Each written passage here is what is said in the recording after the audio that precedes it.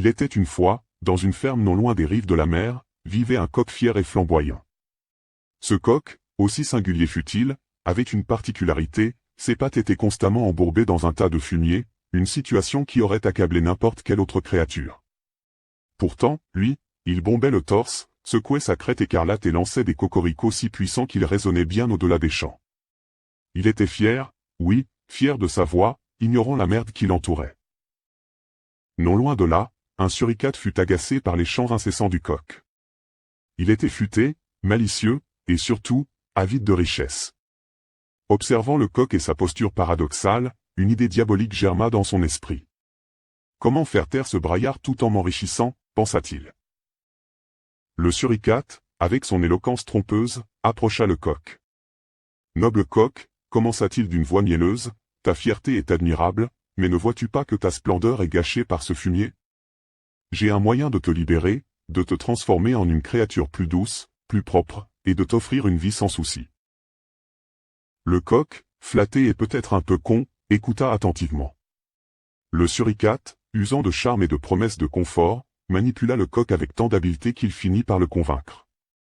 En un tour de passe-passe verbal, le suricate promit au coq une transformation qui le libérerait de ses entraves. Mais le prix était exorbitant.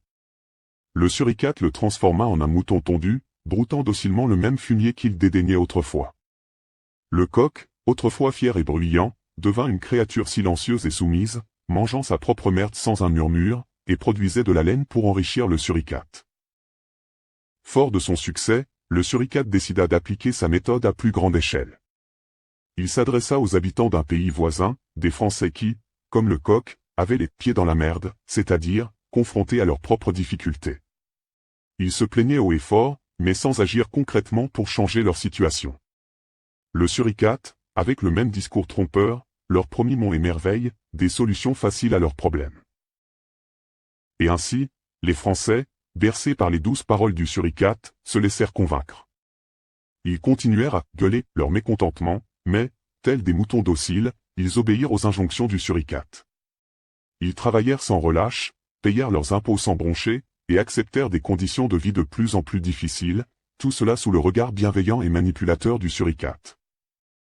Pendant ce temps, le suricate s'enrichissait, accumulant des trésors, vivant dans l'opulence la plus totale, tandis que les Français, comme le mouton tondu, admiraient sa richesse, acceptant leur sort, ayant les pieds dans la merde, mais soumis. La morale de cette fable, méfiez-vous des beaux parleurs et des promesses faciles, car la fierté non accompagnée de discernement peut mener à la servitude, et la docilité excessive au profit d'autrui peut vous priver de votre propre liberté, même si vous continuez à crier votre mécontentement.